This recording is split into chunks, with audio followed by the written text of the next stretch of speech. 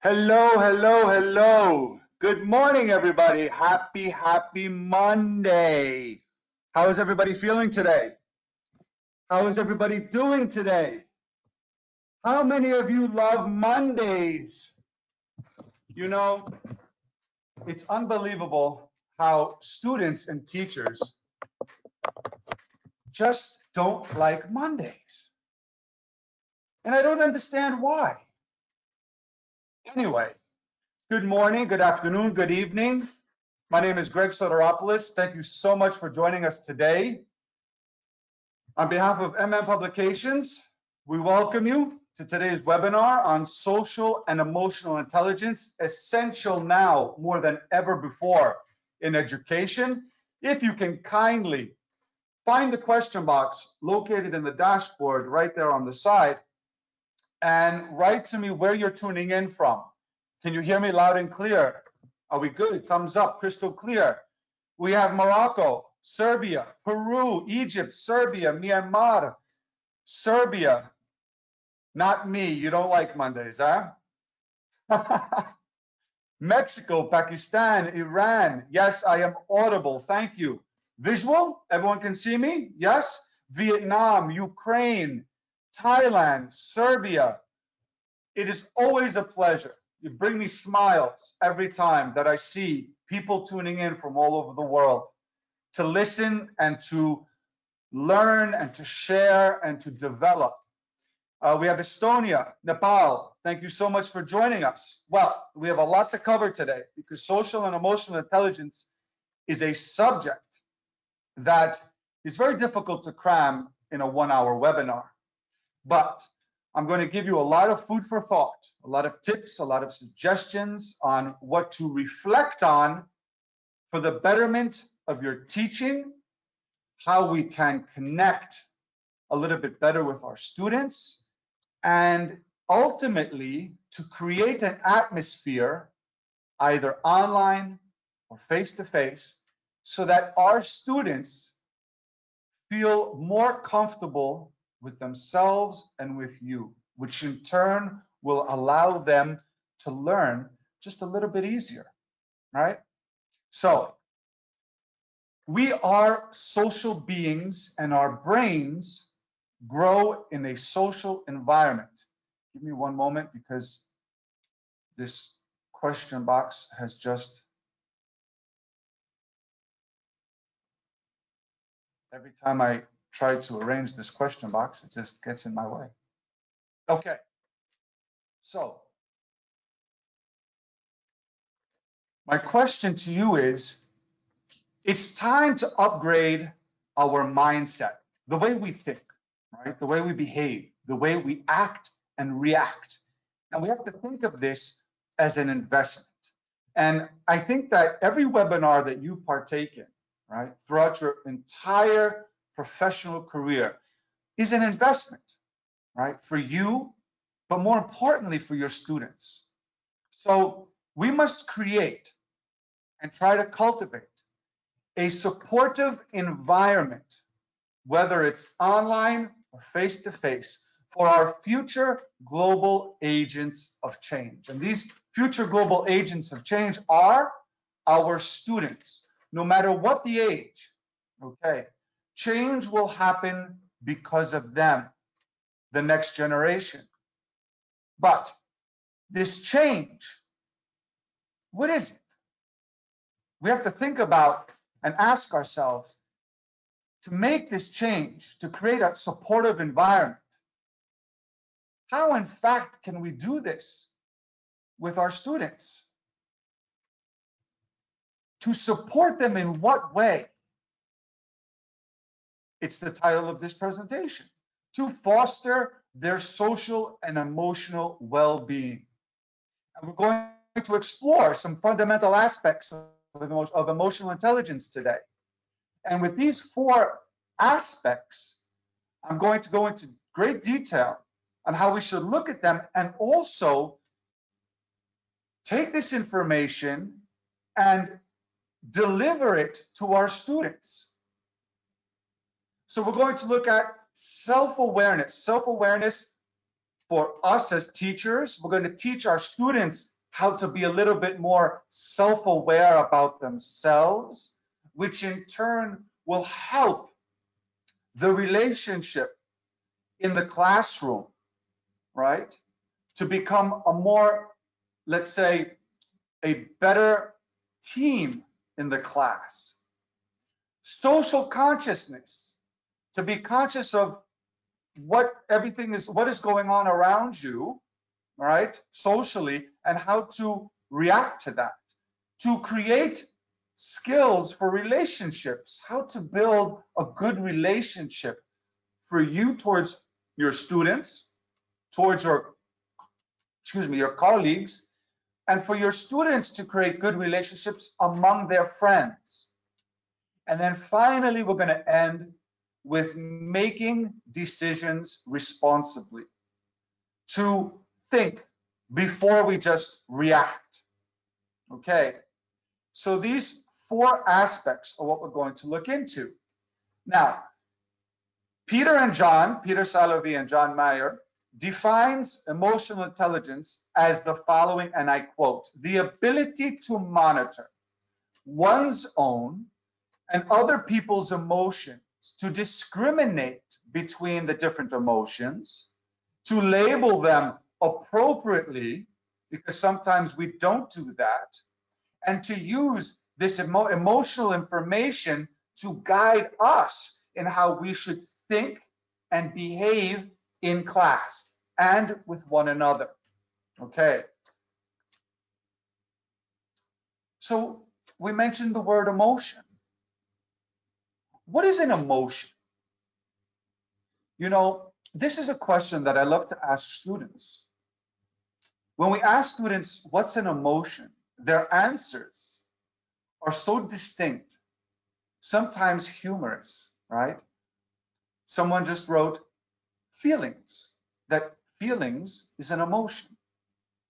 Many of you are writing the word feeling, which is very good, because as you'll see in the next slide, sometimes these words are confused, right? It is the sparkle that creates feelings. I'm sure that you are a primary teacher using the word sparkle, right? It's the sparkle that creates feelings. Ask this question to your students. This is the warm-up to social and emotional well-being and intelligence with students. You must ask them certain key questions to start to have the motor in their brains work. An emotion is a feeling which can be caused by a situation or a circumstance that you are in or the people you are with. A strong feeling deriving from one's circumstances, mood, or relationships with others. So, someone just writes, a natural reaction to an event, to an emotion, right? The important aspect of this definition is caused by a situation that you are in or the people that you are with. So the first slide I showed you was that we being social beings, right? We need to have social interactions. For the past 5 to 6 months, this social interaction has been limited, if not quarantined, right? To a limited amount of people. So imagine how our students' emotions are out of whack, that they are not in sync right now. Because the people that they are with, I am sure, as we mentioned last week with parents, that they are also, their emotions are a little bit off. So ask them this question.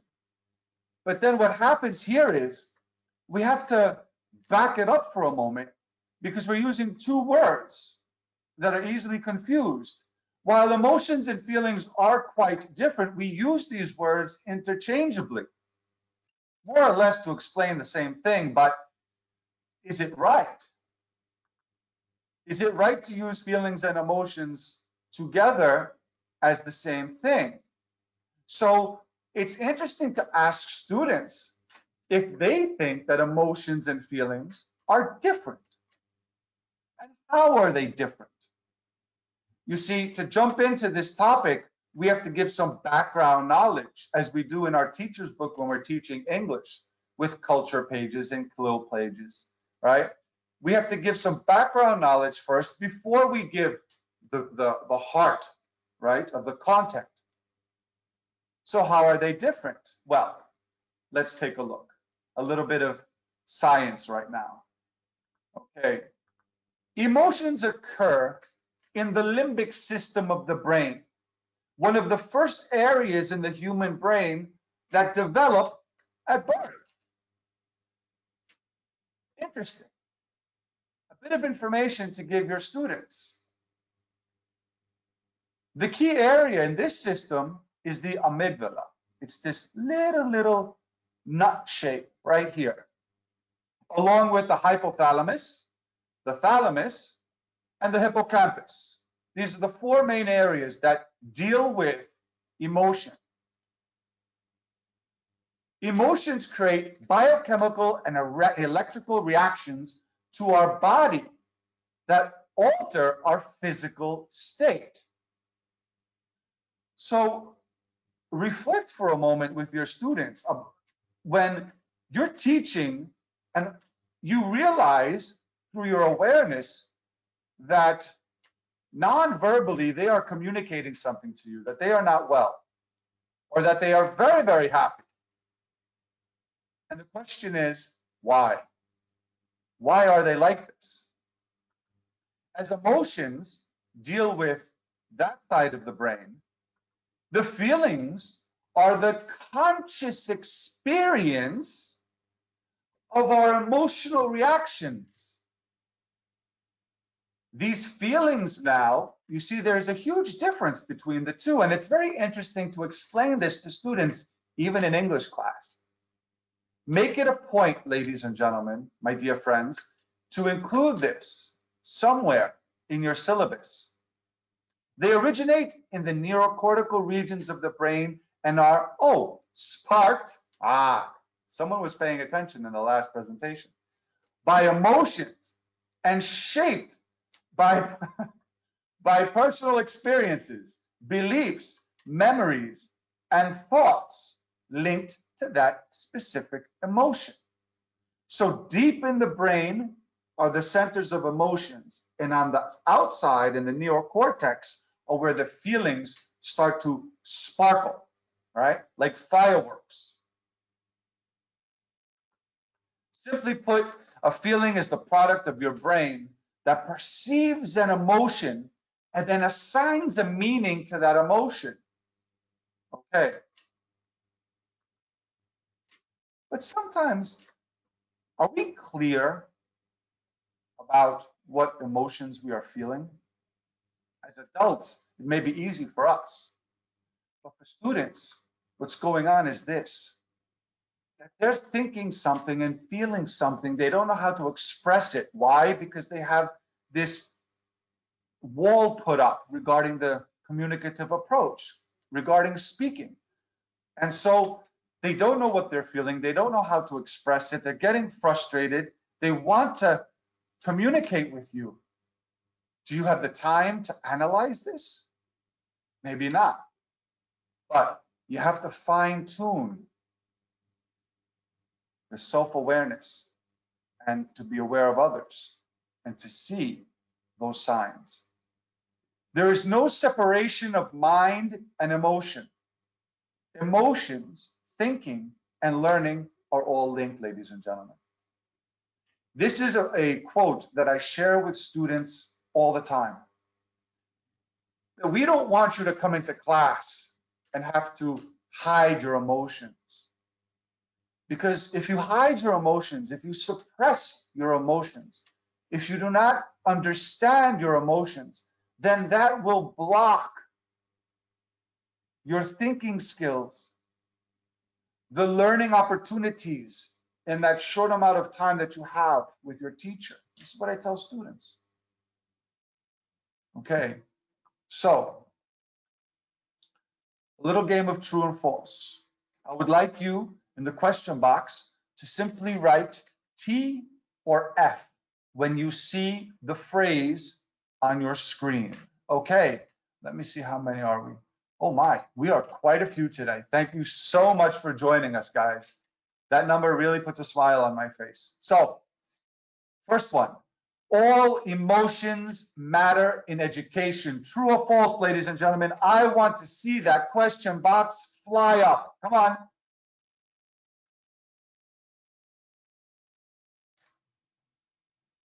Beautiful, beautiful. That's good. Thank you. Oh, a couple of people. Oh, so a majority is saying true. A very small percentage is saying false. That's okay. That's all right. That we're going to see at the end. All right. Next one.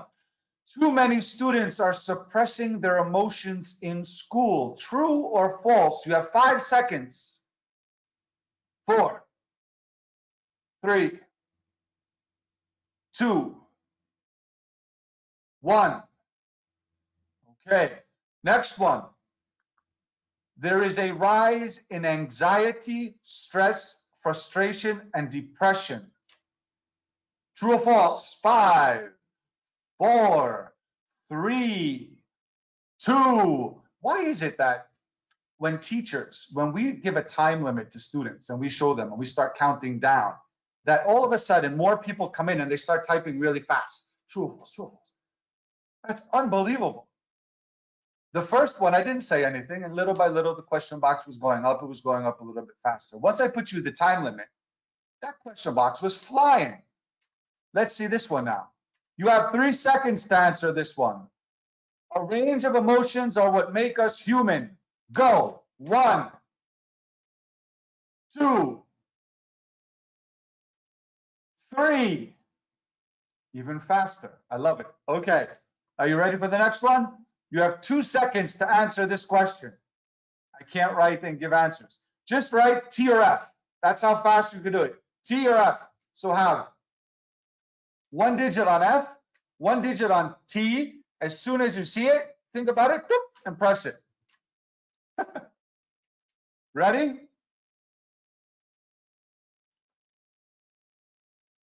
These emotions we have are ultimately what gets us through life. True or false? 1, 2. Wonderful. Heck, I'm having fun. I don't know if you are, but I'm enjoying this. The last one. Are you ready? You have 1 second. As soon as you see this, I want you to press T or F. Are you ready?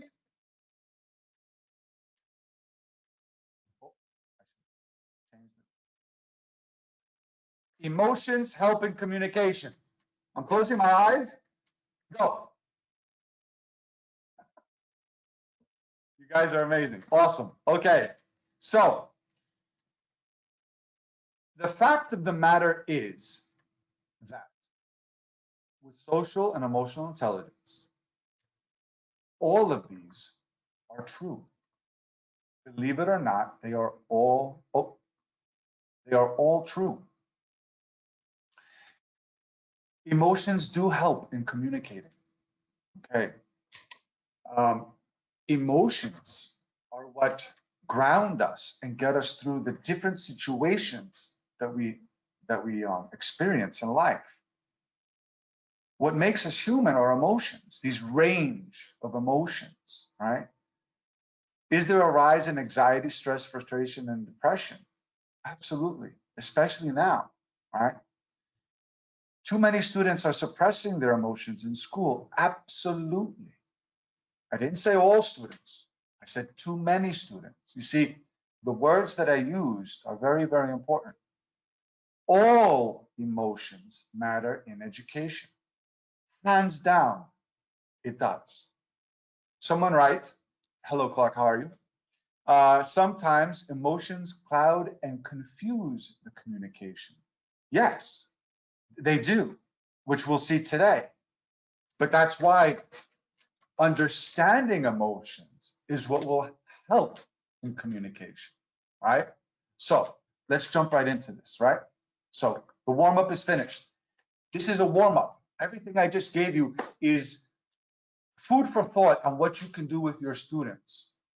Change it, alter it, make it age appropriate. It's just something, a guide that I want to share with you that I've tried already with kids. And it works. It works because students have never been, especially in the house. You know how many students wish to discuss this in the house and they haven't, especially during quarantine, right? This is going to help you also going back to the next stage of face-to-face, post-quarantine, dealing with this issue, because it's very, very important, very crucial right now, okay? When the students are attached with teachers emotionally, they begin to follow their teacher's lead. Yes, I totally agree with you, right? I totally agree with you. It's about that connection, because students are disconnected from us because of technology. And this disconnection has happened even more exponentially during these 5 months, 6 months, 7 months in some countries of quarantine. And I've seen it a little bit with my own kids, which I've broken that. In the past 3 to 4 weeks, it is completely finished. Their connection to technology has been limited to a point where it's a very good balance so that there's more socialization, right? So self-awareness, guys. We're going to jump into this right now. Okay, the first one. Empowered to make change, to build on our areas of strength, as well as identify areas where we would like to make improvements. The same thing goes with students. Someone writes, teachers can, quote unquote, blackmail students positively to learn new things. Yes, you know, this bridge with social emotional intelligence is something that students may look at it a little bit weird, a little bit different, but once they are able to accept it and internalize this contact, it's unbelievable what will happen after, individually and as a whole, as in the class. So with self-awareness, because I'm getting a little bit ahead of myself. Time always flies. Oh my goodness. Okay. Guiding principles. The guiding principles for self-awareness. What are your goals and what are your intentions? I always ask myself this. I say, okay, for example, this is the second time that I'm conducting this webinar. Okay, it's the second wave, let's say. And I was asking myself over the weekend, okay, what are my goals right now in communicating with you and interacting with you and creating a relationship with you in this 1 hour? It's never going to be carbon copy like the other one because there's no notes, right? It's a story in my head. But what are my intentions? My intentions, though, because 2 months have passed since then, is that what has changed in education? Because education changes all the time.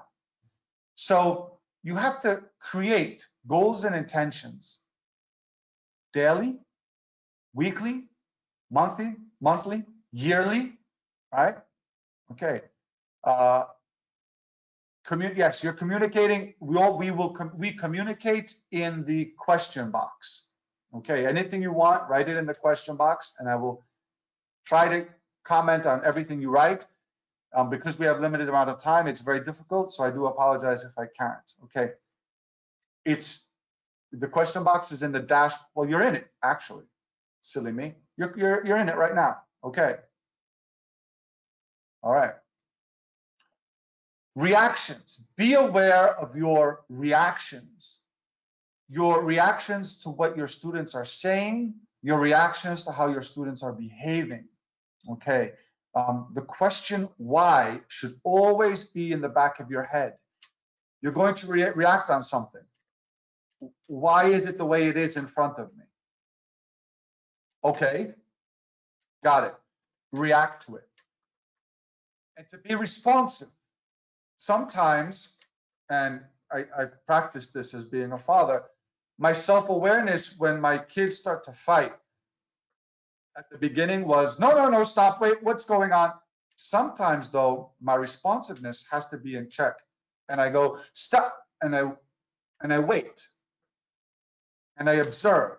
And I see how it's going to play out. You see, sometimes when your students are giving you an answer or are working together, and you go to respond, right, to what they are doing, what they are saying, how they are acting, sometimes you have to take a step back and say, wait a minute, let's see how this plays out. Respectfulness, self-awareness, and respect. Guys, I have put respect as my top 3 pillars in the classroom. Top 3, because there's not enough of it. And who do students respect first? Who do students respect first? Answer it in the question box, please.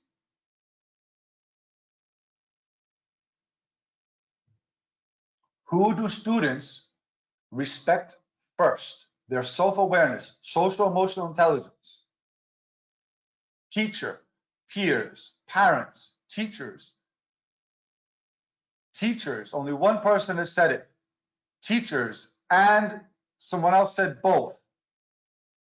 The second answer that you put is the one that is correct, is the one that they should. Parents. Only 2 people have written this. Themselves. Thank you. Themselves. Guys, this is the mistake. No, wait a minute. Elise, wait. Hold on. Think about this. Let me explain, please, because I'm looking at this from 2 perspectives. When I raised my daughter, being a new father, I raised her in a certain way because I was learning, making mistakes. Then I started to think, and I said, if I don't teach my daughter to respect herself first and not to respect me first as a parent, let me see what happens. So I started to teach her to respect herself as she was growing up. And the same thing with my son. Do you know how different their relationship is towards me? Their respect towards me is so much higher because they have learned to respect themselves first. The matter of respect, the hierarchy of respect is the opposite. They put themselves first and then they respect other people. Because once they respect themselves, they will understand how to do it towards you in the proper way. Now think about this. If you have a class of 60 people, 60 kids, right? And each child respects themselves first, and then they respect their peers and you as the teacher. And your rule in the class is, when someone speaks, we listen. How did I teach respect, an aspect of respect in self-awareness? And I did this in different countries. When I would talk to students, I would teach them respect in 10 minutes. They would say, go talk to the kids. I'd say, okay, can I talk about anything I want? And they say, yes. And I'd say, okay, I'll teach respect. So when students would start to talk to one another, all I'd have to say is respect. And they would look at me and I would go, if I'm asking a student a question and you're speaking, you're laughing, you're making fun of the way that they're talking, is that respectful? No. So I'm not telling them shush. I'm not telling them don't talk. I'm telling them respect. And that is the pillar that I implemented in 10 to 15 minutes in a class. All right? Think about that, guys. It's a very, very, very powerful word.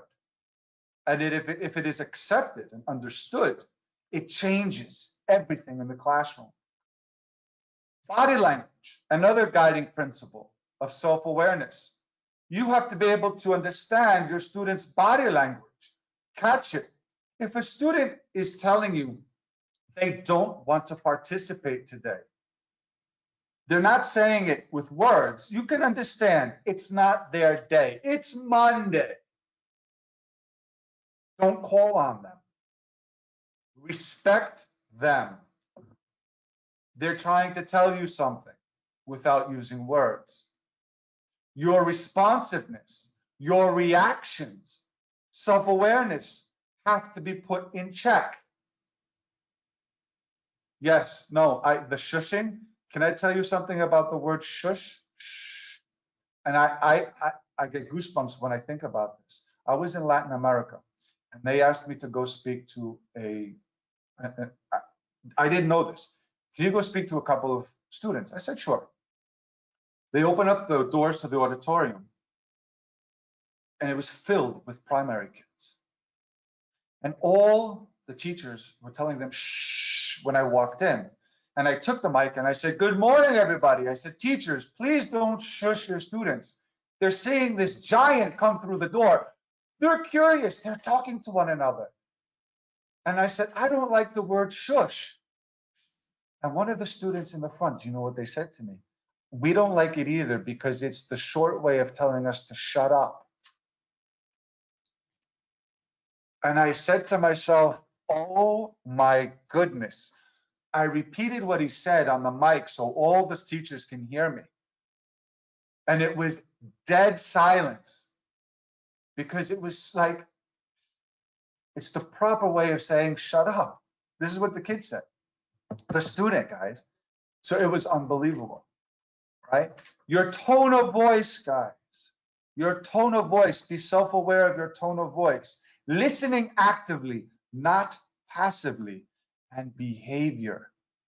Behavior, so important. Your behavior and being aware of the other's behavior. Because we have to reflect that whether our behavior is furthering or thwarting our interactions as teachers. Is our behavior furthering the interaction? Is it progressing? Is it engaging? Or is it disengaging our students? You guys are writing a lot of incredible points, a lot of incredible comments. I'm trying to look at this. I went a little bit off track. I do apologize. But, okay. What if students are just being lazy, right? A student being lazy there's a reason why they're lazy. Are they engaged at home? Are they being challenged enough, right? Are we connecting to their likes and dislikes, right? Tatiana, I don't know about that, but if you want, I'm doing this again at 7 and at 12 midnight, just to let you know, okay? So, behavior. Behavior is different from emotions, but it is very, very strongly influenced by them, okay? Oh, sorry. And when talking about behavior, right, Kramer always comes into my mind, right, from Seinfeld, because his behavior is just off the wall, right? What I want us to look at when we talk about behavior and emotions, and I want you to share this with your students, is the emotional thermometer. Okay. The emotional thermometer is something very, very important to observe and to understand with self-awareness. I can't handle it. Hitting, kicking, screaming, crying. What emotion would this be? What could this emotion, this high peak emotion, the top end ready to blow, right? What could this be? When our students just are showing you they can't handle it. Yes, angry, mad, and furious. There are many other synonyms. These are the simple words that I put so that we can explain this to our students, guys. Whining, demanding, they can't wait, they didn't get their way. What emotion is this now? One level down, right? Upset, yes, impatient, not ready, right? I'm just giving simple words. Have your students, they can do a map or a spider web where you put this emotion and have them think of synonyms. Frustrated, complaining, yes. Sometimes hungry, tired, can't go to the bathroom. Things aren't going my way. Something's broken, lost, doesn't work. You know, I put going to the bathroom because sometimes when a student truly needs to go to the bathroom, but we are stereotyping students by thinking that they want to just leave class to waste time. Those students who really need to go to the bathroom and we tell them no, do you know what happens 5 minutes after they haven't gone to the bathroom? They are not paying attention to you. They are telling their brain, I have to go to the bathroom, concentrate, not to go to the bathroom, and let's wait. Frustrated and disappointing. This is how they're feeling. Then we get a lot cooler. I'm not sure, I don't know, I want my mom and dad. What emotion can that be?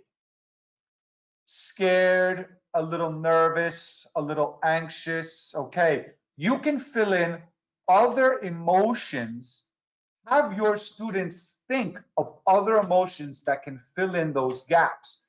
Now, all of these, 2, 3, 4, and 5, are moving towards a negative emotion, right?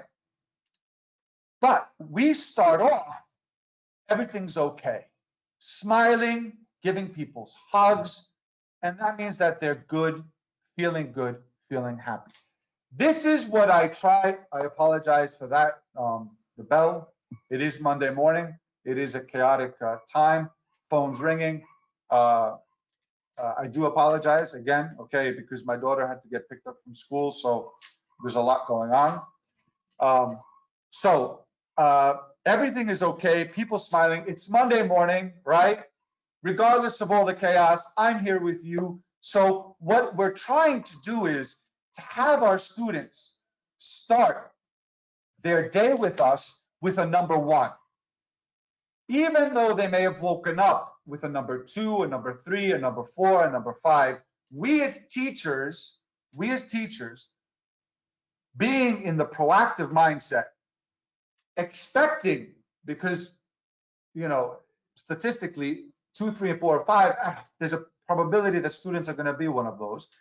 The probability is higher. We have to look at the day as feeling good and feeling happy. So all of these visual reactions, like let's say this is your class, right?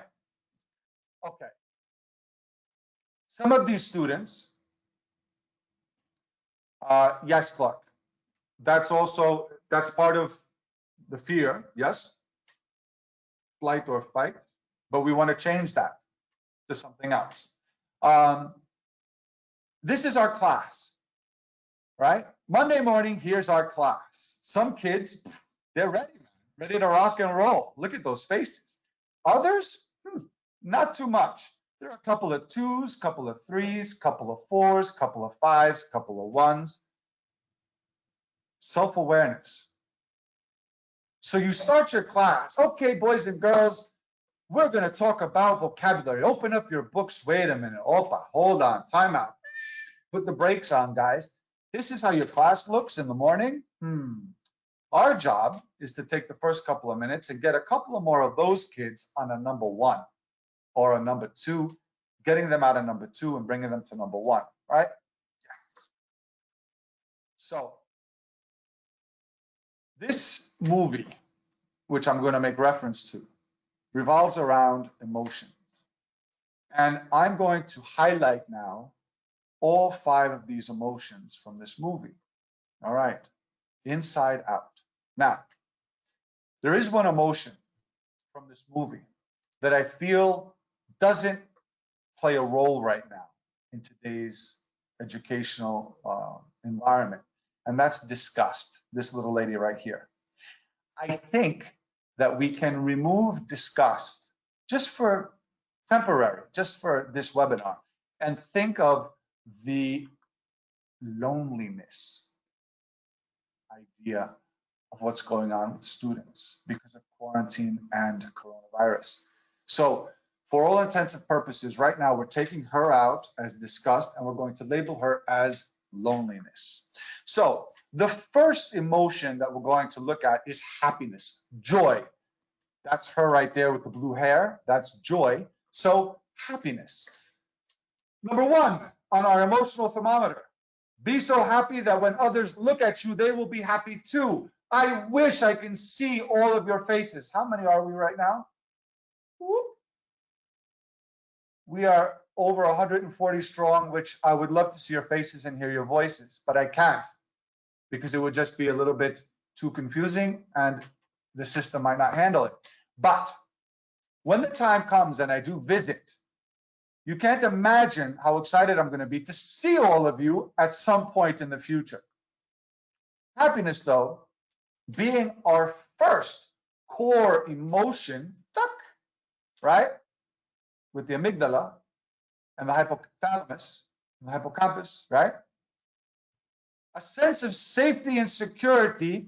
And this is why with the webinar on parents was so important, because parents give this first. It's in the developmental stage. Parents give this emotion first, and then it comes to us. Sprouts from the knowledge that we are loved and taken care of. So you as the teacher can influence this emotion by having them feel loved and taken care of in the classroom, in the school, in the hallway, in the cafeteria, in the playroom, right? Joy, pleasure, and satisfaction all exist to remind us of what it is that we value most. So think about the times when you feel happiest, and you will come to realize what it is you want most in life.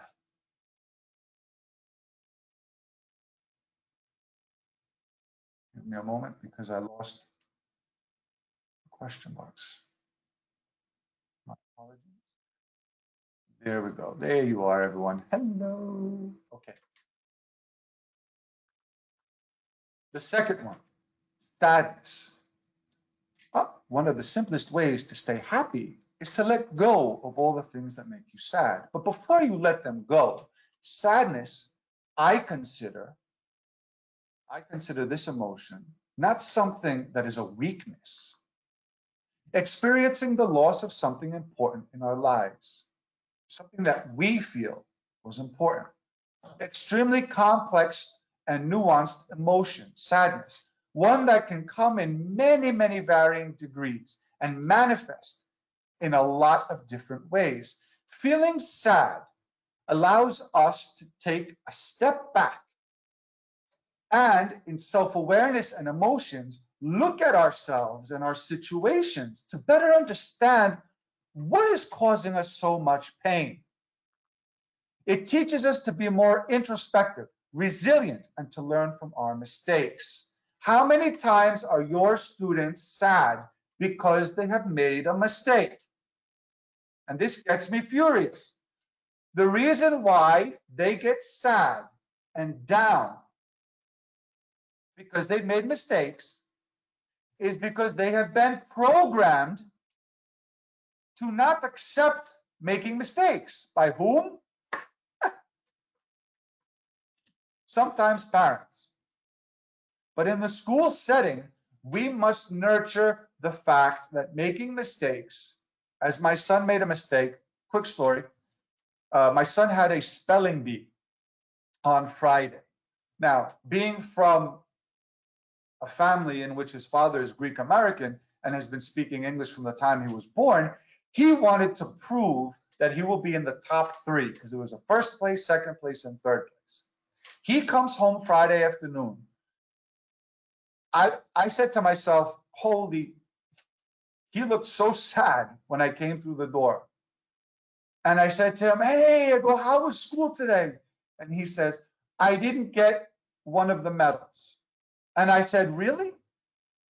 Okay, how did you do? I came in 4th place. I said, are you serious? He said, yes. I said, that's awesome. And he just stopped. And I said, that's incredible. Do you know how many people were in 5th, 6th, 7th, 8th, 9th, 10th, 11th, 12th? There's 24 kids in those places behind you, and there were only 3 ahead of you.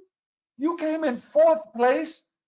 Yes, but I didn't get a medal. I don't care about a medal. Who cares about a medal? And then I went into telling him about me as an athlete and et cetera, about 4th place. But his sadness changed because I taught him about making mistakes in general, but he wanted to make me proud as a father because it was English. So I was like, oh my God, this, my little boy, he's so sad. In a heartbeat, I had to think of something to change that. And it worked. It worked. As teachers, we have to do the same thing. And I know it's hard. I know it's exhausting, but we have to try. Then we have anger. Our anger begs us for release. So we let it out by stomping our feet, shouting at those around us, breaking things. We feel frustrated because there's something stopping us from getting what we want. So we lash out and make ourselves feel less helpless against the situation. Anger is meant to do more than just that. It forces us to act and fight against the problem we're facing. But the way that we are fighting against the problem, is it effective or is it thwarting? Is it ineffective? Right? That's the question we have to ask ourselves. Fear. Fear has two meanings. Okay. As who said it? Let me think. Clark. Right? Forget everything and run, or face everything and rise. Which one do you choose? Teachers, I'm asking you this question. The acronym for fear, which one do we teach our students? Which one should we have our students embrace? Elise says, being reflective is helpful too. I understand that you're feeling sadness, and I get it. I feel sad too. People want someone to acknowledge our feelings and not to change them. Yes, absolutely right. I didn't change his feeling or his emotion.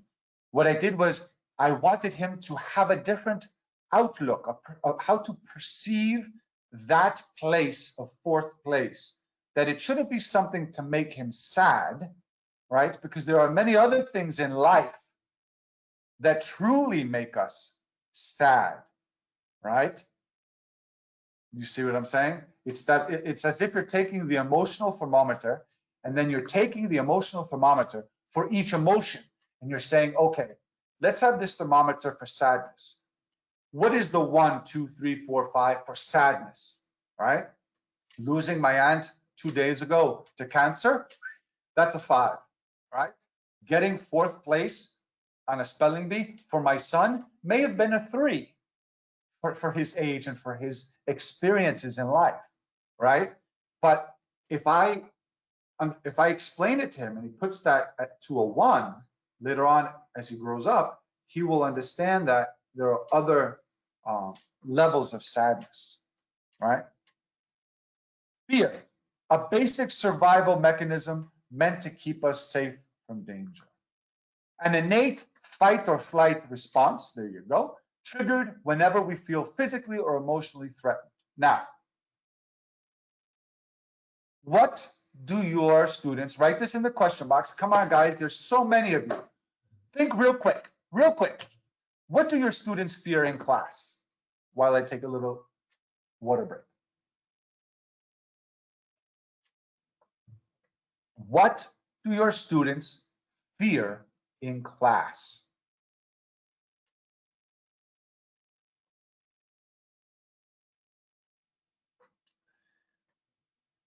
Their friends making fun of them. The wrong answer. A form of punishment. Wrong answers. Spelling tests. Students fearing being wrong in front of them. Giving wrong answers to the teachers, making mistakes. Boring lessons. Thanks for, you're welcome. Questions to answer. Bad marks, being tested. They can't speak English in front of their friends. Grades, marks, speaking. Okay, so thank you very much. Sometimes we feel fear towards things that we aren't supposed to, like failure, like making mistakes, uncertainty, emotional vulnerability, the loss of control. Everything that you're writing is a sense of fear on their fear thermometer, yes, 1 through 5, that we must check this.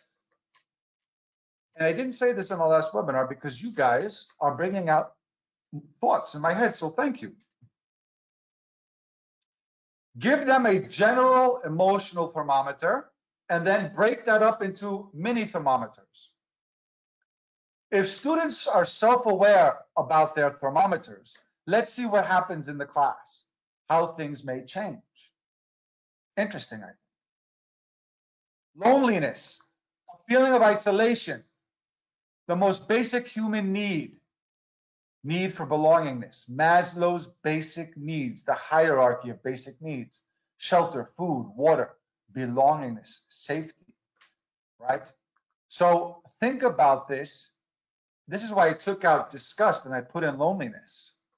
All right, think about this regarding quarantine and Rona-19.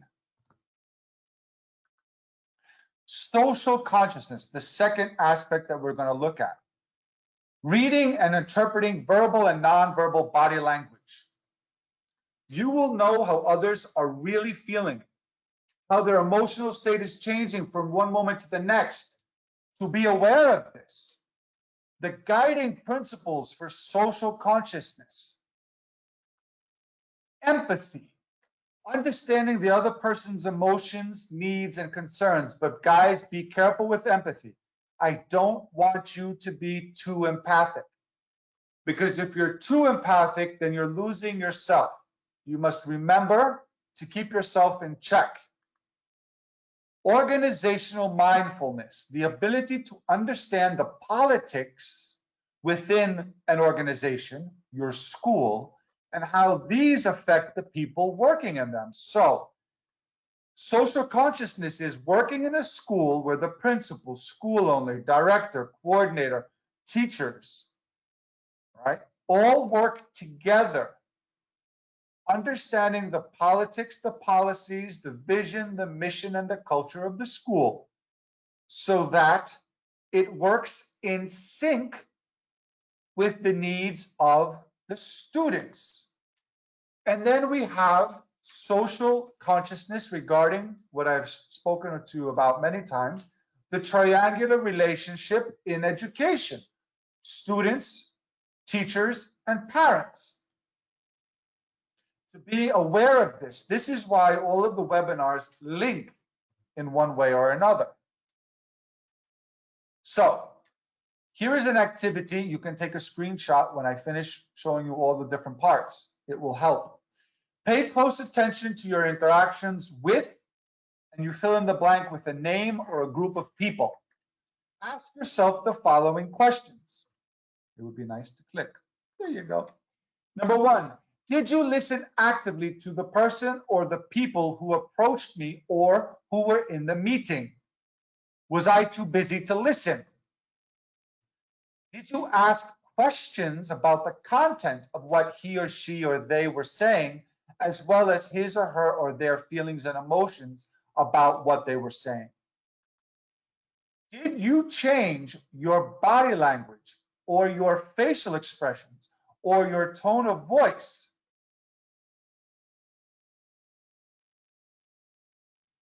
or any other elements in order to meet their needs during that interaction? Now, this is an activity that I've done with teachers in faculty team building exercises, where I put them into a situation, a real life situation. They interact for 15 minutes, and then I give them this worksheet to do individually for 5 to 10 minutes. Then they don't know this. After, they have to share their responses to the group. Hard, but effective. So, screenshot. Okay. Moving along.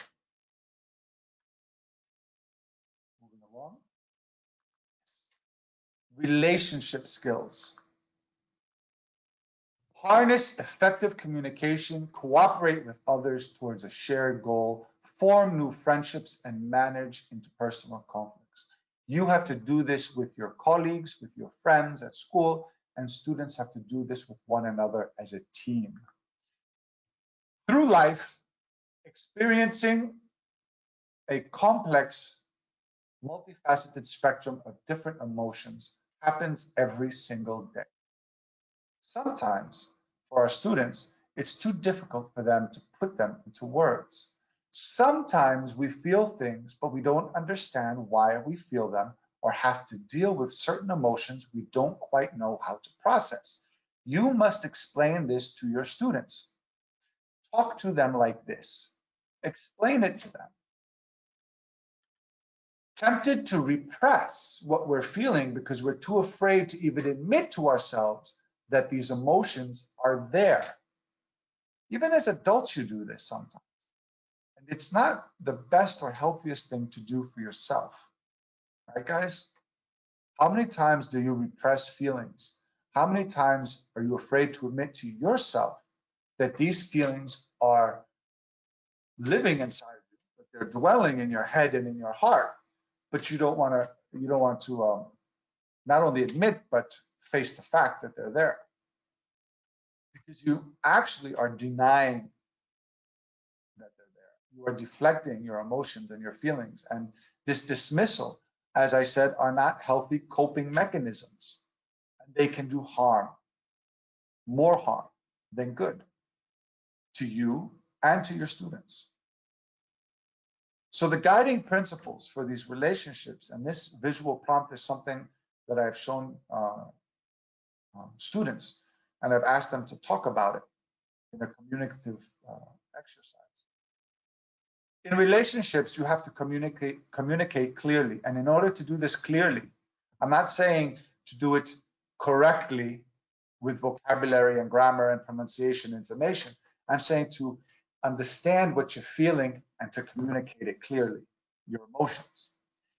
Listen well. The two pillars to the English language, and to any language for that matter, is speaking and listening. When forming that relationship with your students, this ongoing relationship, you have to listen actively and listen well. Cooperate with each other. To cooperate with each other is something that in relationship building, right? To have a classroom where the students are able to cooperate means that the management of the class and the way that the class will flow is something very beneficial for long-term learning. To resist inappropriate social pressure. Here we go. So we have the joker, bad influence, right? The influencer, the flake, the controller. We have the user, we have the competitor. We have all of these students in our class, right? To negotiate conflict constructively, to seek and offer help when needed in relationships, right? These are the guiding principles that I share with you. Now, I want to ask, this is going to go a little bit over. I do apologize. It happens sometimes in my webinars. Sadness and joy. Sadness versus joy, these two emotions. When I show this clip to students, I ask, who will be more effective in comforting Bing Bong? Bing Bong is the elephant. Who will be more effective in comforting Bing Bong? Sadness or joy? What do you think, teachers? Who will be more effective to help and to comfort Bing Bong? Because Bing Bong is going to have something happen to him, right? Who will be more? Oh, wait. Wait. Okay. How was Bing Bong comforted?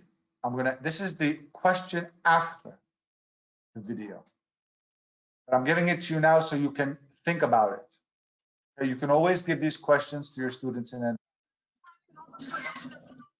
Have you ever been in the position of Bing Bong, sadness, or joy? Now, I'm going to change the audio settings. I'm going to bring this back a little bit. Okay. Listen carefully. Pay attention to what's going to happen. Think of these three questions. Okay. I do apologize. We're going to go about 5 minutes over and see the connections to everything I've just shown you in this webinar. Okay. My rocket! Wait, Riley and I were still using that rocket. It still has some song power left. Who's your friend who likes to play?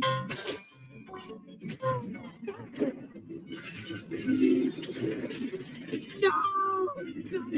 No, you can't take my rocket to the dump. Riley and I going to the moon.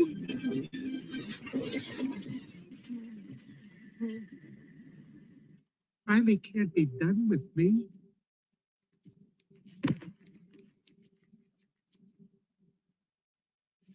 Hey, it's gonna be okay. We can fix this. We just need to get back to headquarters. Which way to the train station? I had a whole trip planned for us. Hey, who's ticklish, huh? Here comes the tickle monster. I'm sorry they took your rocket. They took something that you loved. It's gone. Forever. Sadness. Don't make him feel worse. Sorry. It's all I had left of Riley. I bet you and Riley had great adventures. Oh, they were wonderful. Once we flew back in time. We had breakfast twice that day. Sadness. It sounds amazing. I bet Riley liked it. Oh, she did. We were best friends. Yeah, it's sad.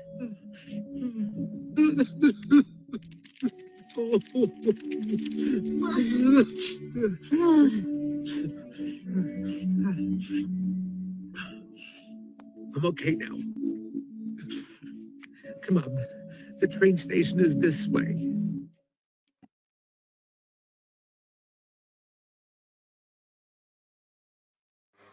So, very, very, very interesting clip for you to use with students to have them analyze emotion.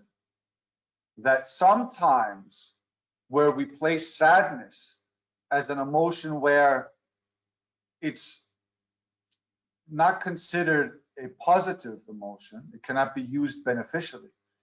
In actuality, if we understand sadness and empathy, and we put the, yes, Anna, exactly, comforted by empathy and acknowledging the feelings, right?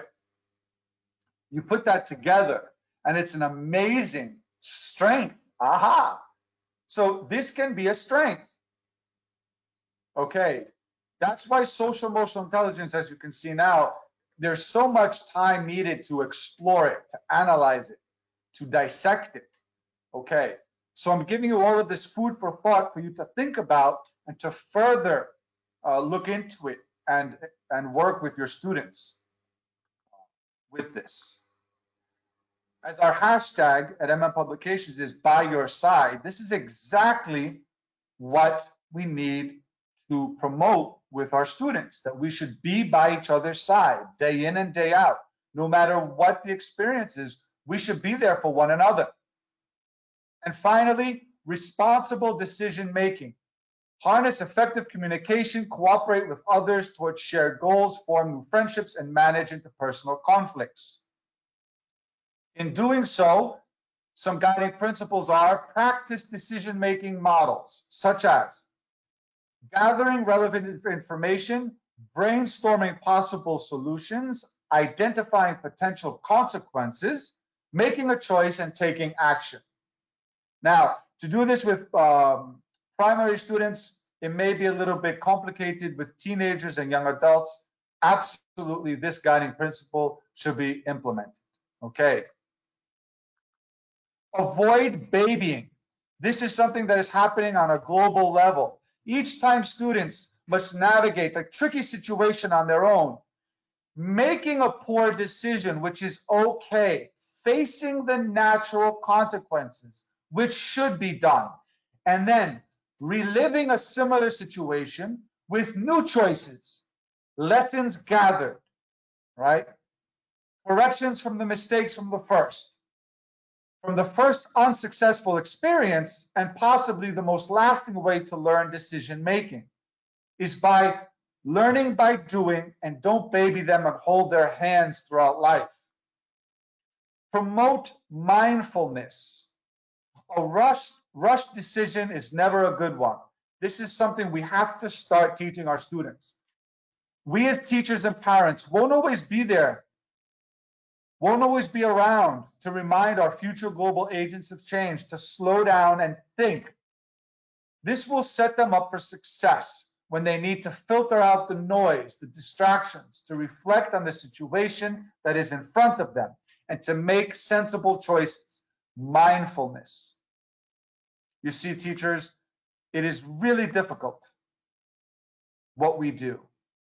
Mindfulness, time for fun. Remember jollification, the webinar? Would you rather? Well, with mindfulness, you can ask them some questions to start to have those motors running. Would you rather not have your iPad, cell phone, or junk food for a month? What would you get rid of and not use and stop having for a month? Your iPad, your cell phone, or junk food? What would you decide? Another question. Explore the ocean or outer space. What would you rather do? What would you rather do? Raise a monkey or raise an elephant? Why? How? What? And have students work together. So, my dear friends, my dear colleagues, think of our future global agents of change. Their behavior is this iceberg that you see in front of you. This is what we see as teachers. Okay, this behavior is what we see. After this webinar, and after all of your continued professional development, we have to make sure that this iceberg is looked at from a different perspective on how they are feeling. This is how they are feeling. The top of the iceberg is what we see. So, how are they feeling? Loved. Are they? Satisfied. Could they be? Confused. Sometimes. Disconnected. More times than they should. Isolated. Sadly but true. Sad, but it's okay. Connected. But to what? Technology? Too much. Angry. What caused it? Joyful. Bring more into their lives. Why are they? Have more of that. Questions. Am I safe? Where I am now? I miss school. I miss you. Am I loved in the house? They miss you. Am I nourished emotionally, physically? Maslow's basic needs, guys. Can I do things for myself? I can. Leave me alone. Stop babying me. Do I belong? Some of our students feel this in class, in school. Now, with quarantine, they don't. Am I respected? Well, do you respect yourself first? Am I understood? Sure you are. That's why you and I are here today, to understand them better. And how to do that? By connecting. By connecting. So remember, my dear friends, we need to foster the social and emotional well-being of our future global agents of change through exploring these 4, as there are many others, but these are some of the most important aspects of emotional intelligence. Ladies and gentlemen, follow us on social media. I look forward to seeing you again in our future webinars.